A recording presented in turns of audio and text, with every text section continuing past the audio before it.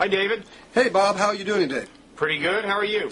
A little bit of a sinus infection, and look at this on my fingers. You can't see right now, but I had a fishing accident that did not involve a hook. Well, you liberals are such outdoorsmen. Well, Jews are really known to be great fishermen. Yeah, you probably combined hunting and fishing for a weekend outing, right? Yes, I went fishing with Dick Cheney, and this is what happened. Well, better fishing than hunting. If you got to do one outdoor activity with Dick Cheney, I recommend fishing, and I recommend using a net, not a hook. But anyway. But a lot of beer in either case. Yeah, definitely for you as anesthesia. Well, this Bush trip to South Asia has been, I guess, at least as eventful as he had planned on, huh? Well, he's going somewhere where his popularity rating is above 34%. Where's that? India. Okay.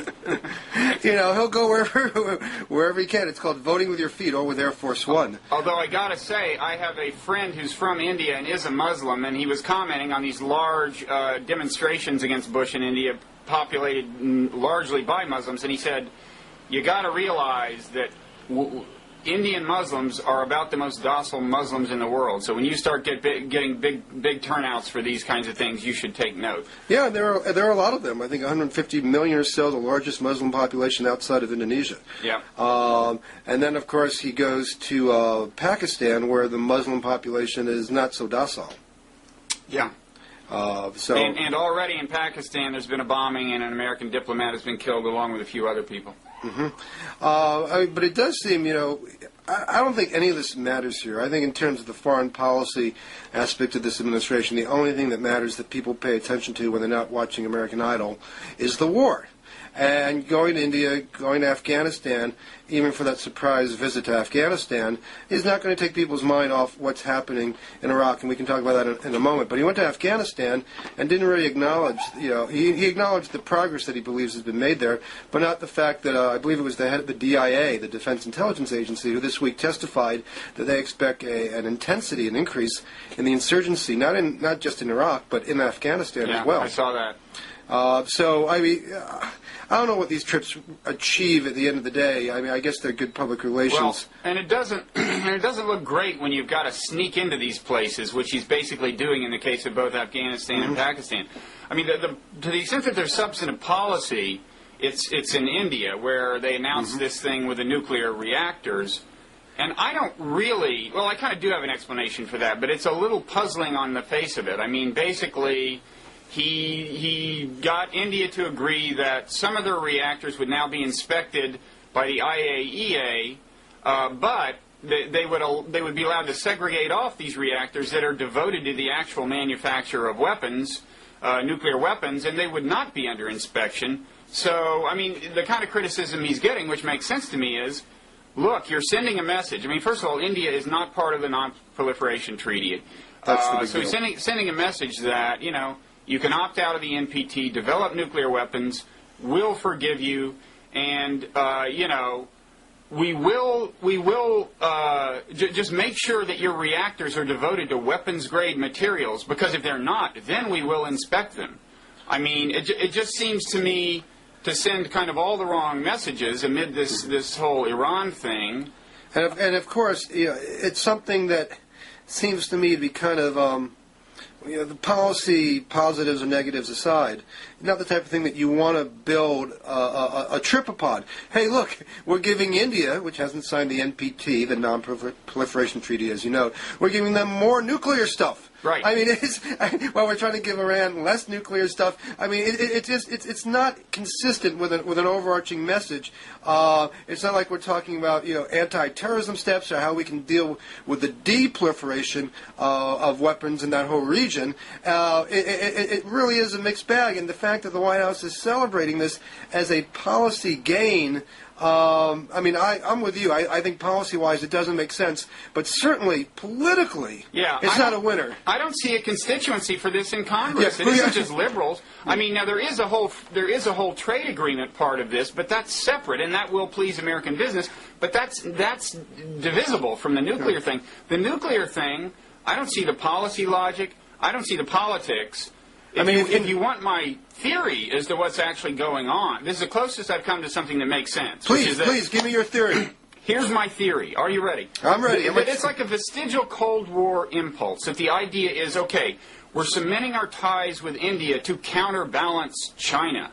And that seems to me misguided on a couple of fronts. First of all, there are a couple of issues. Are you saying that Henry Kissinger has somehow crawled back into the White House? This is Kissingerian type of stuff, which maybe made some sense during the Cold War. Mm-hmm. But in an age where the main national security threat, seems to me far and away, is terrorists getting a hold of nuclear or biological weapons, I just don't see, in effect, losing ground on that front in terms of weapons containment in order to move one piece on the global, geopolitical chessboard, especially since, China, there are problems with China. There are issues with China. One of them is Taiwan. That could get explosive. Yep. Another is them transitioning to political pluralism without completely imploding.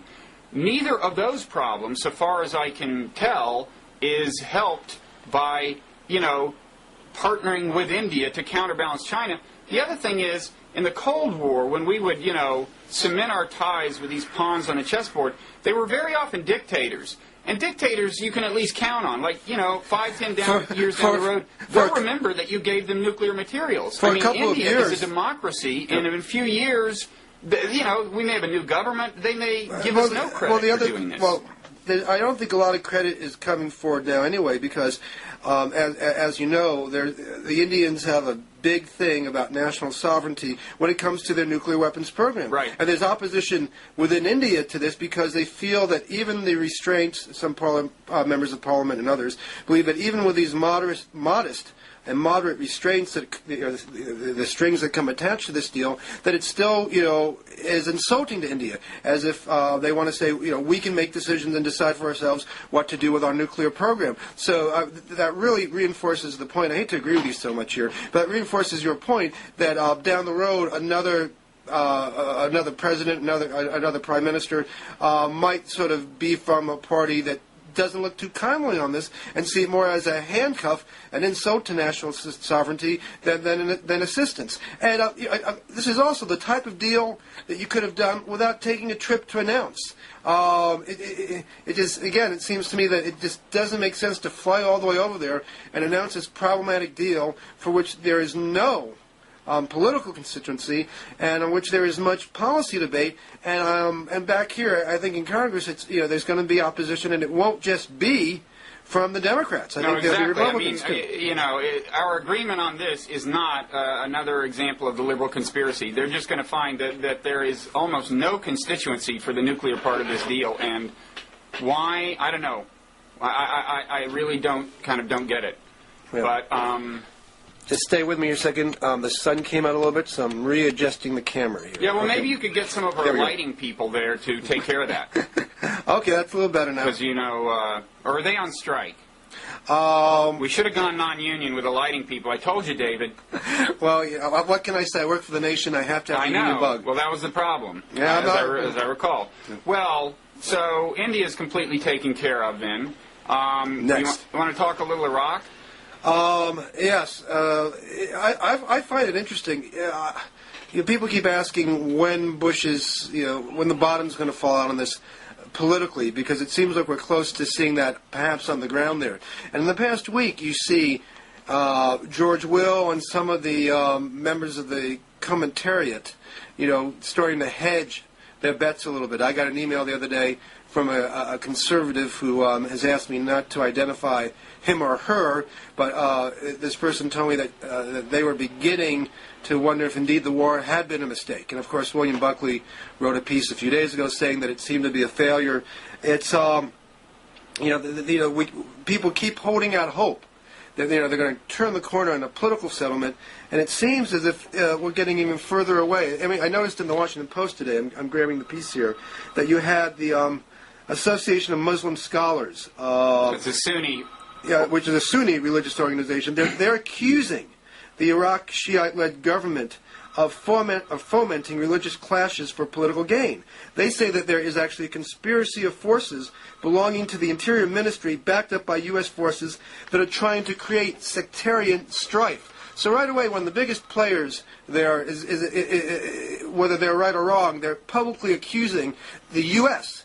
and the Shiites of trying to set off a civil war against them. If this doesn't really cool down pretty damn fast, you can see the U.S. forces there really being stuck in the middle with nobody, with no good side to fight on. Are they going to defend an interior ministry that's being accused of running death squads? Are they going to go with the Sunnis who are, alleged to be allied with the insurgency? It may just be that this is I think I've said this before in the past, that this just may be a terrible situation that George Bush has created that we cannot help solve.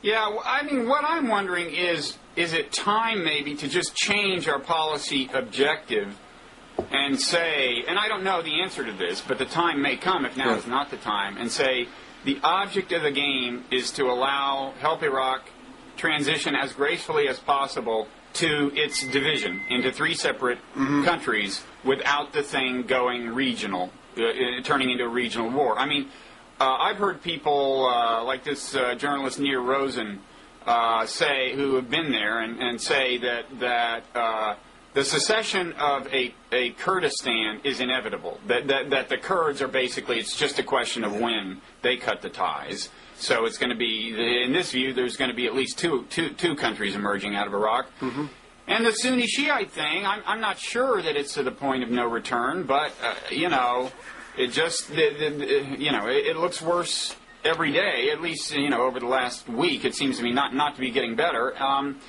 it may be that it's time to start thinking in those terms. That may be the best of bad options, because in that situation, of course, you're going to have the Shia and Sunnis and Kurds fighting over Kirkuk and the oil fields. It's already happening. There's all of Baghdad, too. That's a complete mess. And there's Baghdad. Because it's so mixed. Yeah, and then if the Sunni provinces, which just happen to have the least amount of oil, are shoved aside, that may not work either. I mean, it may be it may be what eventually happens, but making that pivot is very tough. And clearly,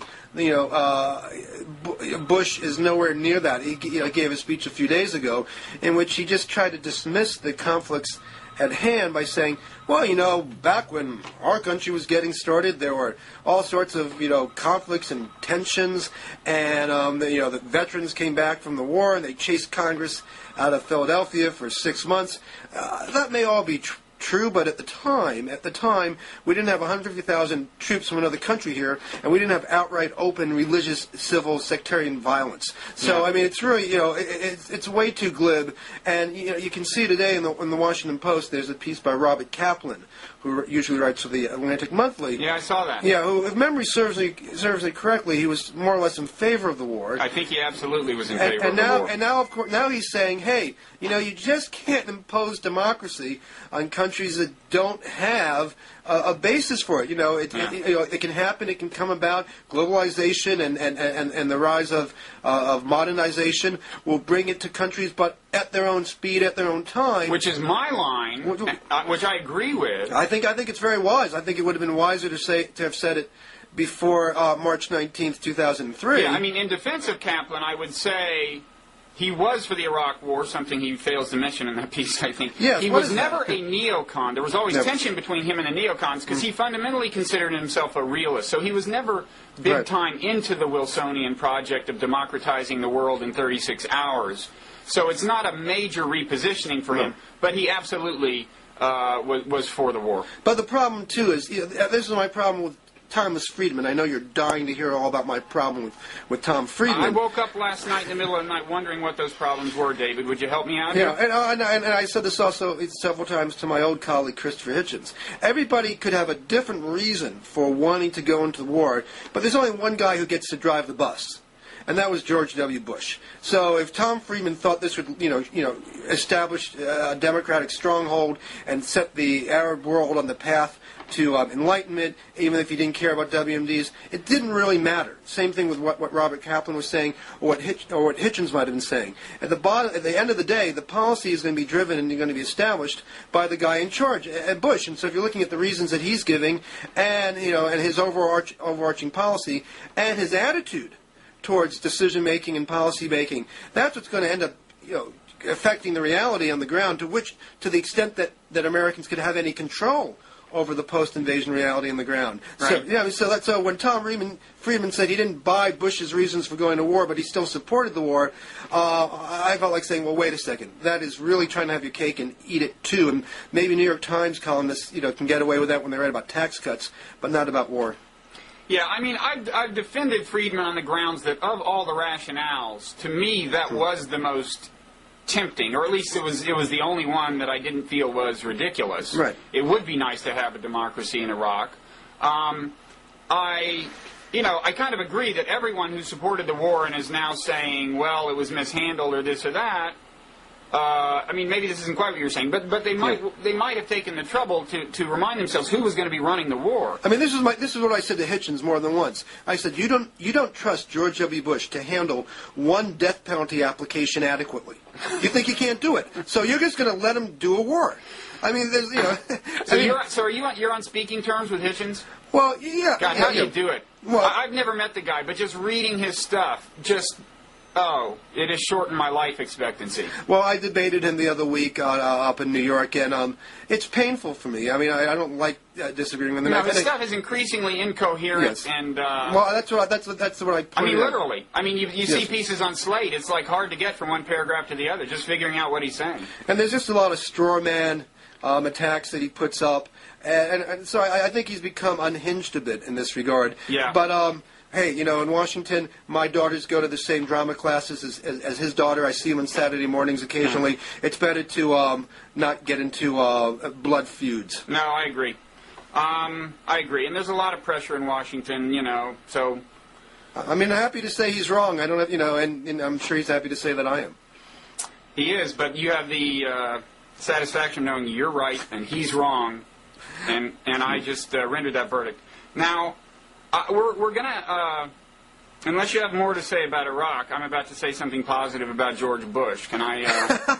Let me turn off the camera here for a second. No. I want posterity to record that I'm a straight shooter. I call him as I see him. That's true. It's this Katrina video. Oh, yes? I don't think on balance it casts him in a favorable light, but I will say one thing. He has a loophole. Everyone's saying, he said nobody knew the levees could be breached. But this guy warned him that. Actually, there is a loophole. If you look at the video, what the guy says is the levees could be topped, which I take it to mean there could be water overflowing. Now, that's a less severe problem than the levees actually being breached. Because if the levees are just topped, and as soon as the water recedes below the levees, no more flooding. If they're breached, that's a bigger problem. Now, technically, I think those are different things, and we have not yet seen evidence that he was warned that they would be breached.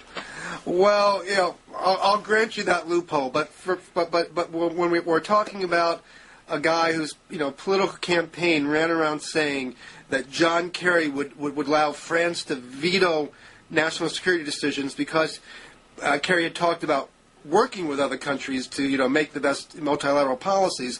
I don't think Bush is the type of straight talking, straight shooting fellow who can hide behind such parsing. It depends on what the meaning of topping is, perhaps. Well, nuance is seldom applied symmetrically in human discourse, but you may be right that he's particularly asymmetrical. But the thing is, it's quite clear that at least a problem with the levees was identified while he sat in that little room. It really looked like an undisclosed location, didn't it? Yeah. And so he might have then said accurately the next after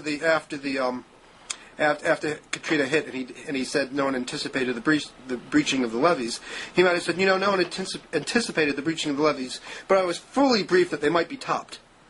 Okay. Yeah, no, he did not throw that. He did not say that. I mean, the other thing I'd say... wait a second, but don't you think that we should give some consideration to bringing back Michael Brown and booting George W. Bush? I mean, there was Michael Brown saying, what about the Superdome? I don't think it could take the roof could take the rainfall. It's 12 feet below sea level. What are we doing? I mean, I would have loved to see Bush at one point, respond to something that was being said to him and said, pound the table, go, you know what, that's an issue. I want to report it out in 3 hours, and failure is not an option. Well, listen, this is the most damning thing on the videotape, I think.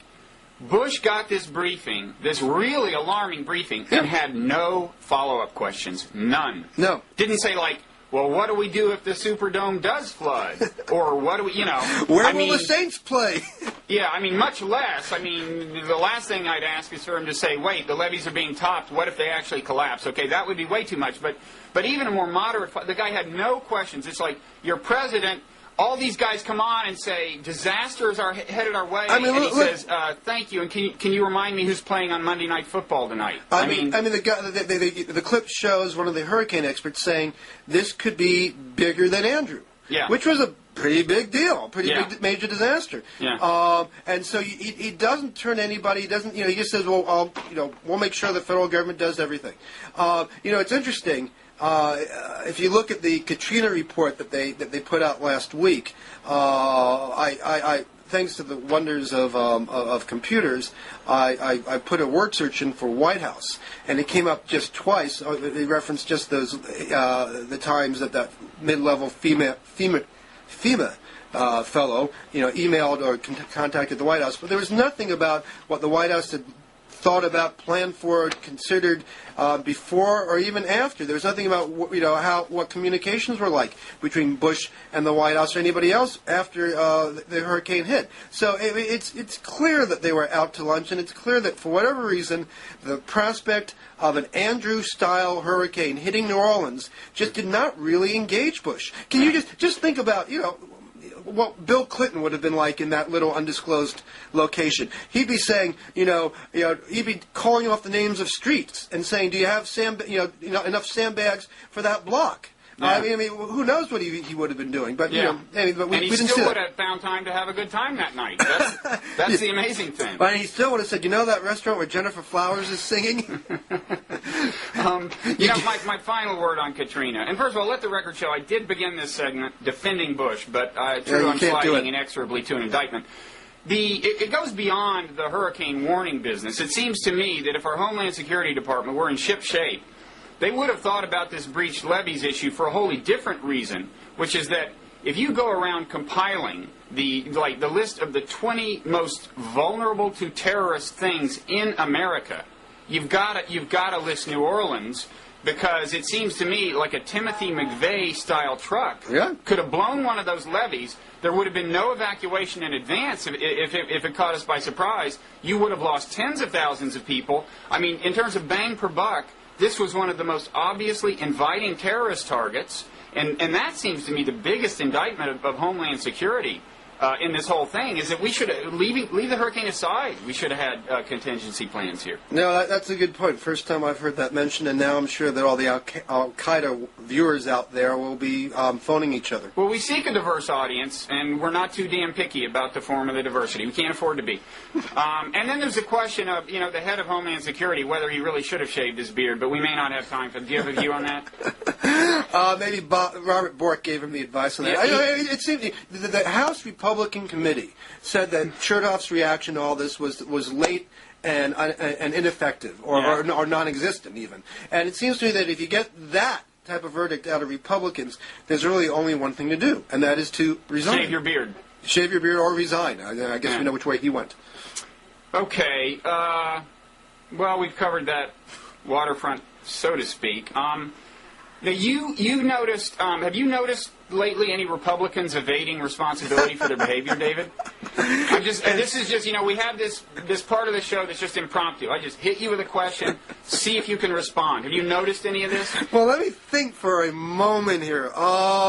Yes, I have not one example, but actually 2 examples. Oh man, that is amazing. Isn't that amazing? That's amazing. How well prepared I am. In fact, if I click on my computer, they may even come up here.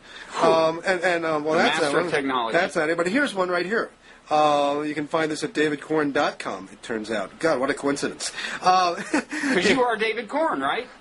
That's almost eerie. It just so happens. Yeah. It's very Jungian, isn't it? Synchronicity here. Synchronicity.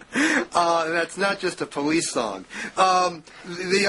Earlier this week, I'll give credit here, Jim Popkin of NBC News broke a story, a very major story, and that is that Scooter Libby, Dick Cheney's former chief of staff, accused of lying to a grand jury and to FBI agents about talking to reporters about Valerie Plame, has hired a memory loss expert, a fellow named Daniel Schachter, who teaches at Harvard. And get this, Bob, as a somewhat academic-minded person yourself, he has a 29-page resume. Woo. What does that tell you about him right there?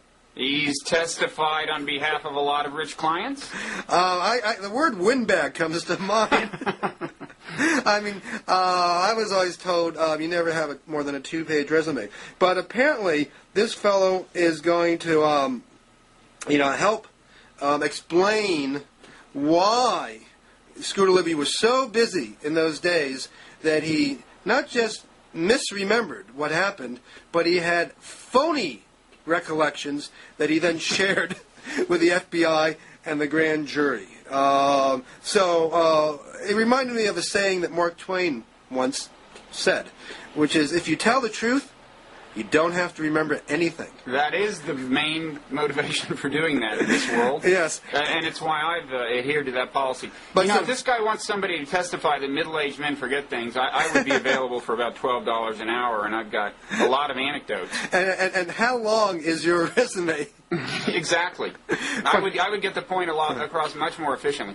It's true that memory is a bizarre thing. Oh, it's and it does play all kinds of tricks, and you can reconstruct totally phony memories. However, I remember wondering about this when the initial indictment came out, whether he could plausibly say he didn't remember. And I remember concluding that these were issues he was so manifestly obsessed with that it was very unlikely. And also, the thing is, when you can...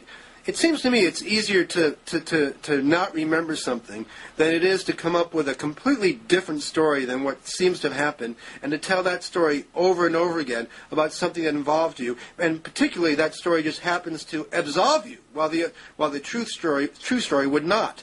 Yeah. And I don't remember things all the time, but I usually just don't remember. It's not that I come up with a very detailed memory of a conversation that didn't occur.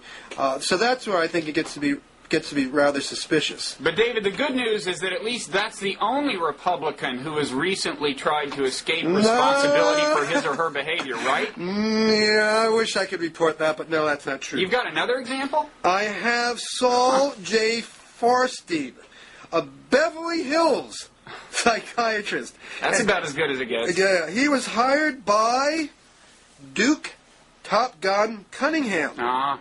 To give Duke, of course, has pleaded guilty to accepting $1 million or more in bribes from Republican congressmen. Yeah, Republican congressmen took bribes from a military contractor and then got them contracts. Another tremendous coincidence. And so it's now the sentencing phase. He fessed up to this, and so the judge wants to, I think, throw the book at him. And so what he does is he hires a Beverly Hills psychiatrist who says that, what do you know, Duke Cunningham now, quote, now manifests evidence of a major depressive disorder with suicidal ideation. I'm not sure what ideation means, but I assume it means tendency. I think it's tendency. Like thinking thoughts, like you have images of suicide or something. Yes. Well, and then it's not just because he's not just keep thinking of killing himself because he got caught taking bribes. No, it's a lot more complicated than that. He notes that his physical and mental ailments go back to his days in the Navy. For example, injuries sustained when he ejected into the Gulf of Tonkin after his F-4 fighter jet was hit over North Vietnam in 1972 have left him with, quote, chronic pain and limited mobility. Yeah. And then in 1998, he received a diagnosis of prostate cancer that required surgery and radiation.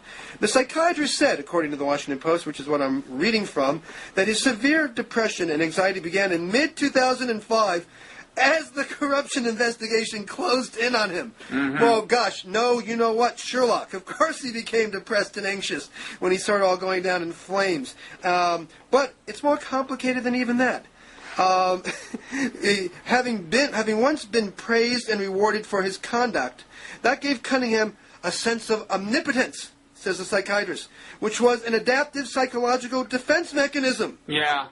And worse, this led to an outside sense of ego and a mantle of invulnerability. The process of rationalizing his behavior blinded him to the corruption it entailed. and led him to behave in ways totally antithetical to his life history. Well, a lot of this sounds painfully familiar to me, I gotta say. It's just that,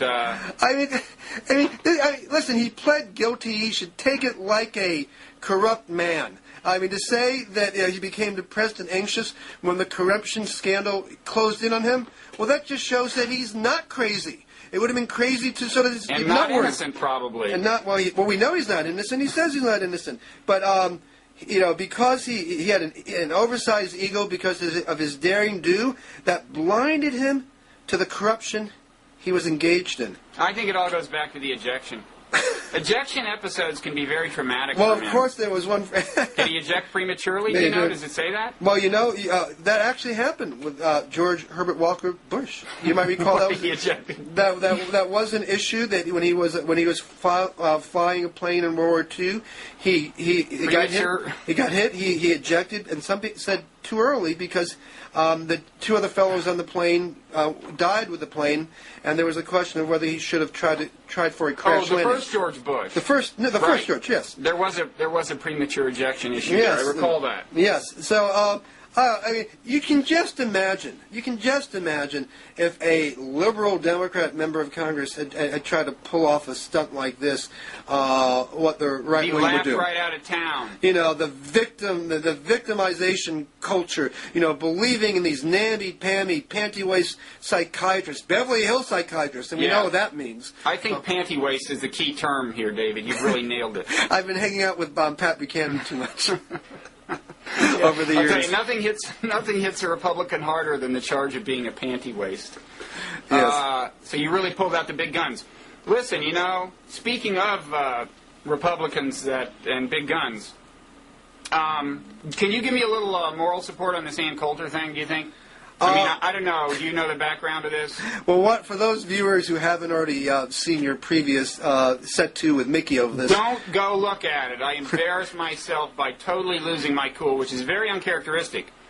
But I would just like to fill you in on the background. Okay, I write this piece in the New York Times, this op-ed. Mm-hmm. Ann Coulter says that it evinces a quote, an affection for terrorists, says this on national TV. Right. Now...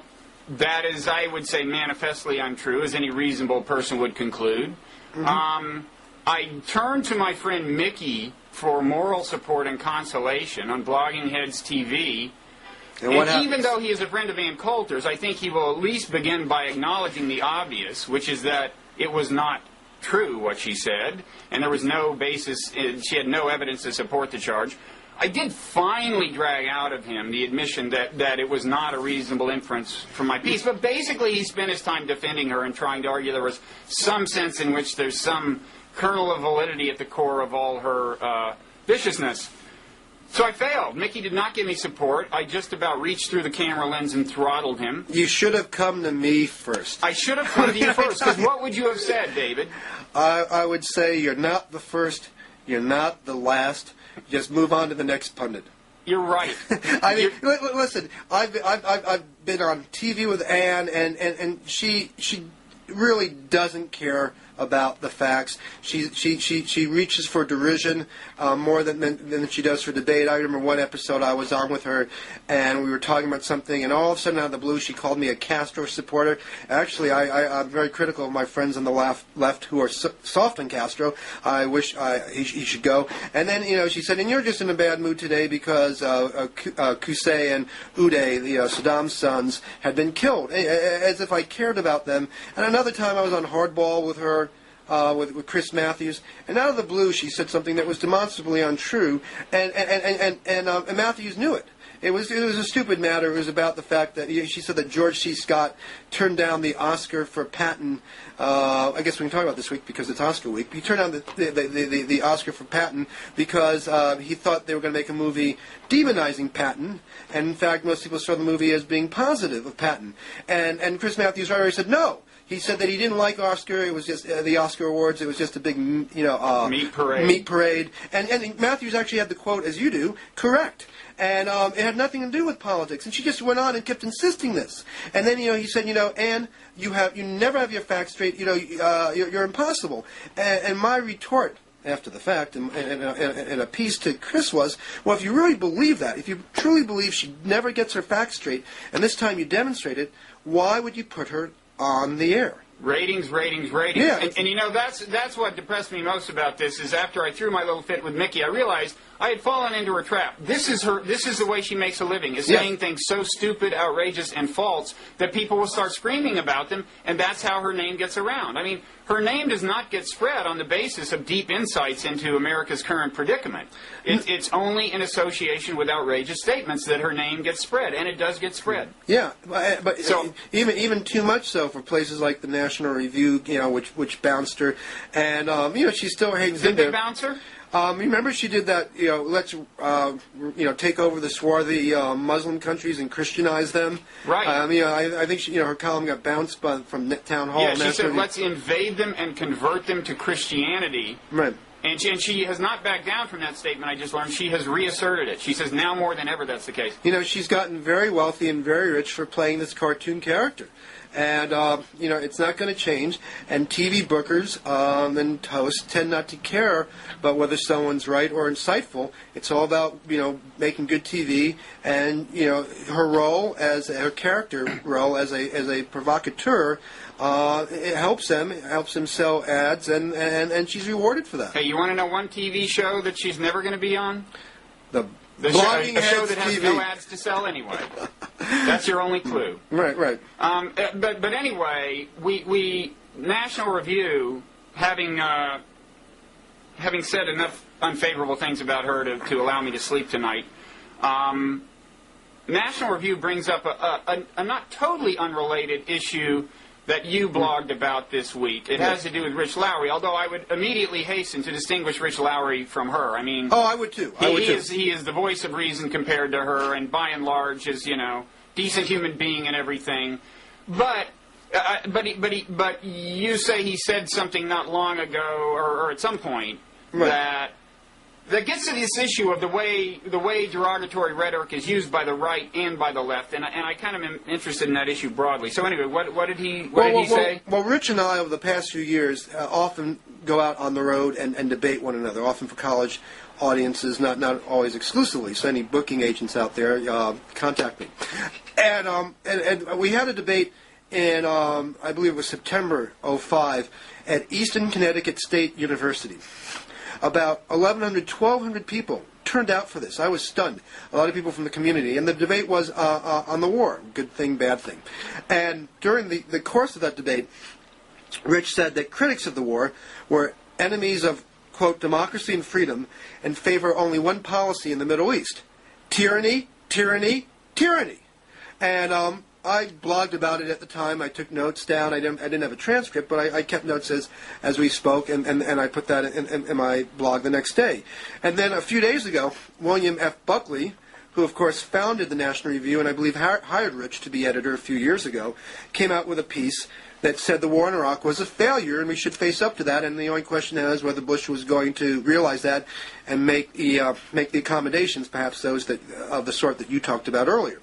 And I said, well, will Rich Lowry now come out and say that he's an enemy of democracy and freedom and that he only believes in tyranny, tyranny, tyranny in the Middle East? And I said, of course, you know, this is a gotcha question for Rich, but it also is important because it raises the issue of the nature of discourse here between the right and left. And there is a very, I'll let you handle, bashing the left here, but in terms of from many on the right, not exclusively, there is a tendency to attack war critics.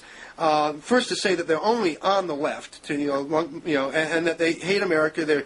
I was on a show once with Horowitz, and he basically called me a traitor and treasonous for questioning the war even before it happened.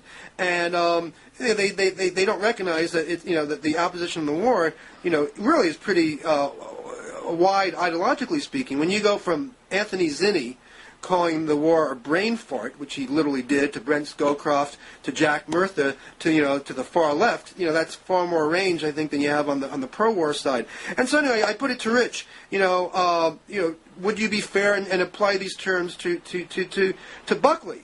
And it took him a day or two to respond, but he did respond on the Corner, which is the National Review group blog, in which he basically tried to. He first said that he didn't remember calling anybody the enemy of democracy and freedom, and if he had, that was probably ill-considered to say so. But that he wanted to raise the point that I had never, that he was surprised that I had never once said a good thing about the elections in Iraq, or never once said a good thing about the ouster or capture of Saddam Hussein. Which turned out not to be true. Not to be true at all. Which you have demonstrated on your blog. Yes, so I quickly put up pieces in which I said the capture of Saddam Hussein was good, that good things can come out of bad things. I didn't favor the invasion, but it led to this, and that he was a murderous scum, and there was, I hope he rots in a spider hole for the rest of his life. And when it came to elections, I said elections were good. It was better to have elections than not to, and the point was to get out of the country as fast as possible and let people have more elections. So again, he came back with a caricature charge, trying to pin me down and try to make the opposition to the war truly one-dimensional and cartoon or comic book like. Yeah, well, there is. I mean, it is on the right a favorite form of discrediting arguments without addressing the arguments is to question your patriotism, your devotion to your country, or to American ideals, as in that original quote from Lowry, or to suggest that you're fraternizing with the enemy, which is basically what Ann Coulter said about me. But the other thing they do too, which they target particularly people on the left, is, and Rich did this in his response. He said that I was blinded by a partisan hatred of George W. Bush. So so you're just too angry. They keep saying you're too angry. Right. And there was no anger from the right directed toward Bill Clinton, as I recall, right? Or to you when you show affection for terrorists. Right. But to me, step back. And that's a way of avoiding the debate. And anyone who's married or who's been in a long-term relationship knows that the first time when you're having a discussion and you say to your spouse or partner, you're just angry, you're in big trouble. It's going to lead to an explosion because it's a way of being dismissive. And but consider this: if the argument that I or others make, and that is that Bush misled the nation to war and didn't prepare adequately for that, and therefore we have a mess, and 3,000 American lives have been sacrificed, and tens of thousands of Iraqis have been killed for what may not be a good end, well then, shouldn't you be at least a little peeved, a little angry? Shouldn't isn't anger and outrage actually the right response rather than detachment? I mean, so again, don't talk about the where you get to in terms of your emotional reaction to this. Talk about whether the case itself stands or falls on its merits. Right. The fact is, everybody agrees there are some things worth getting angry about, and that's not an entirely bad motivation if it's directed in there. And we can disagree about what the proper direction of it is, but I think it was the Clash who once saying, "Anger can be power. Let fury have its hour." Oh man. I'm so glad that you're around to give us little touches like that, David. In fact, I've got to pause and collect my emotions here. That one really hit me. I should have had it queued up. Yeah. Well, it was effective enough as it was. I think the original would have just blown me away completely. Now, just by way of demonstrating my balance, I would say that there are...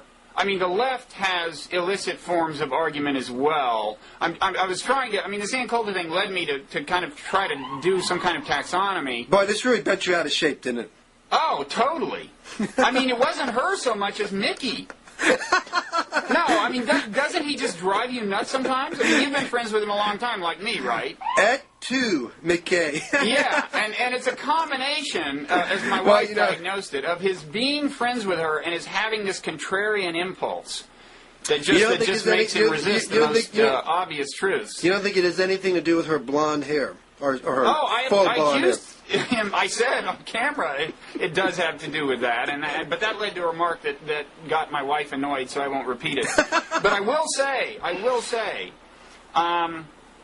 the left does some of this stuff too, like in Fahrenheit 9/11. Yes. There was. It's a variant of the fraternizing with the enemy allegation. If you remember how Moore worked so hard to establish these ties with the South, between the Bushes and the Saudis, and whatever the truth or merits, the fact is the way he depicted it and the visuals and everything did have the effect of drawing on xenophobia, in my view, and I think that's not qualitatively really all that different from the kind of thing you hear from the right. And I guess the other favorite form of left-wing kind of accusation is to talk about, conspiracy of the wealthy or something. And the two are related because actually the full, in all of its dimensions, the allegation implied or explicit in the Moore movie is that it's about,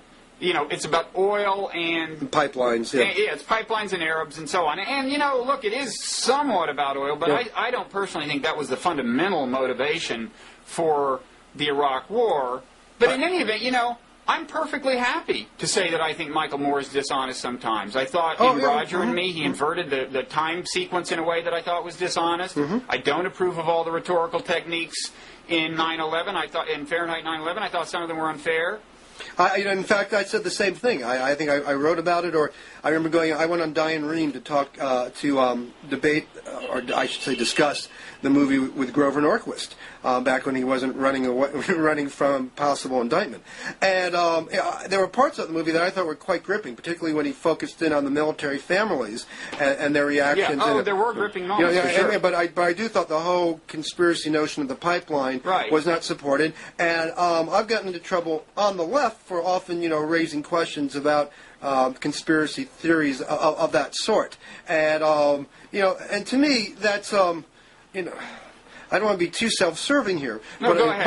Actually, why not? Why not? Actually, why not be self-serving? I mean, if you're not going to serve yourself, who else will? Yeah. Maybe a waitress, but otherwise, you're on your own. But I do find, when I do these shows on TV, when I'm up against an Ann Coulter, or I'm up against a Bill Kristol or somebody, if you find somebody who's willing to be somewhat, if not self-critical, but willing to criticize, people who are perceived to be on their side. Every once in a while, I'll take a shot at Newt Gingrich and not just be currying favor. Right. It gives you, I think, a little more legitimacy. It shows a certain open-mindedness, and at least you're not just marching lockstep with your team. And when I read something or watch debates on TV, or whenever I watch Blogging Heads TV, which is constantly, even for repeats, I want to see people who I think at least are thinking for themselves. Even if it's going to be sometimes predictable, I can more or less know where Mickey is going to be. I usually know where Bill Kristol is going to be, but every once in a while, if they do something different that doesn't line up with the preconceived notion, it gives you some more reason to pay attention to what they're saying. And but that often comes with a price within your own community. It does, but we're steely enough to pay that price, aren't we? That's why we get top dollar from Blogging Heads TV. That's right. Which reminds me, that check still hasn't come yet, Bob. It's in the mail. Okay. So we'll close with a question. If I can denounce Michael Moore, why can't Mickey denounce Ann Coulter? We have speculative answers to that question, but we're not going to throw them out right now. Because we wanted to say, we've been on a while, we wanted to say something quickly about the Oscars, right? I suppose so. Well, what do you think's going to win for, among the political films, what do you think has the best chance? Well, I think actually Jon Stewart's going to be the big winner here. Yeah. I'm expecting, big things from John it's he's going to have to come out of the box early and have a few major zingers to show that he's not afraid. He's not afraid of Jack Nicholson sitting in the front row there. He's not afraid of Nicole Kidman. And best of all, he's not afraid of Tom Cruise. He's going to have to come out there, and he's going to have to sort of urinate and set off his territory right away. And otherwise, it's going to be 3 hours of hell. If he doesn't urinate. Yeah, well, metaphorically speaking. Yeah. Just mark his territory. That's what he has to do. I'm curious what's going to happen. I mean, I actually like, except for the last 15 minutes, I liked Munich a lot. Yeah, beginning with that love scene at the end, that's where that I thought was ill-advised. Yeah, it just went on too long, and the whole basically once they get to America and Brooklyn and all that was a little too forced. That's also where they were courting more trouble than they had to court in order to make the point of the movie. Yeah, it was. I mean, I thought the fundamental point of the movie seemed to me was, and I know you've written about this on your blog, you wrote about it early, and I might say, I think there has not been enough stepping up to the plate on the left-wing blogosphere on behalf of that movie. Mm-hmm. You did your job, but a lot of people just took a pass, whereas meanwhile the right was launching this concerted attack. Yep. You had all these neocons and Leon Wieseltier alleging that it asserted moral equivalence between two, which I don't think it did at all. Not at all. And that was completely unfair accusation. I thought the fundamental lesson was, or what the assertion was, a policy of really robust retaliation against terrorism just may not be in your interest. It may not work in a pragmatic sense. Yeah, the key word there was pragmatic. Right. You know, I mean, it was not a moralizing movie fundamentally. I thought the movie established early on that there was arguably a moral right, if you can say so, in what they were doing. It wasn't that it was evil. It wasn't that they were immoral. That in this type of warfare, what had happened to the dreadful thing that happened to the athletes at Munich, that retaliation was indeed morally justified. The question was whether it was worth the cost and whether it got you to where you wanted to be at the end of the day. And then and alongside of that was the question of what it did to the people involved in the endeavor. And in this case, Spielberg chose to, follow the story of a person who was troubled by this. While I've met plenty of covert operators for the CIA over the years who would tell you that they weren't troubled in such a fashion when they had to do what they would consider to be dirty work. Mm-hmm. But so that's what it was. But the whole notion that that he was being apologetic for the Palestinians, it was just nonsense. And that was complete nonsense. He did humanize some Palestinians, although not really the terrorists, not the Munich terrorists. But he did humanize a Palestinian, and I thought that was like his doing the whole movie. I thought that was courageous, and it led to this really interesting shootout scene between a Palestinian and the Israeli hero, where you're almost not rooting for either side. I thought that was a real moral achievement. And I thought what it did too was it sort of without saying one side is right or wrong, gave the explanation for the other side gives, and showed why they were kind of why both sides are locked in positions to which finding a solution is indeed that difficult. It's not just a matter of just let's all be reasonable and work something out. And it was, but I knew right away that once you show Palestinian or someone affiliated with the PLO in a light in which they're not just being villainous, that was going to be too far for many. Right. I remember you led your blog item with something like, "Is Steven Spielberg prepared to be crucified?" And when I saw it, I had much the same reaction, like, this is truly courageous. This is going to really complicate his social life. But I'll say on his behalf that it seems to me the Hamas victory was a kind of vindication for the premise, because Ariel Sharon practiced a policy of very robust retaliation for about 4 years. At the beginning, a few months before Ariel Sharon took over, no one would have predicted Hamas doing anywhere near this well in an election. After 4 years of very robust retaliation, they won the thing.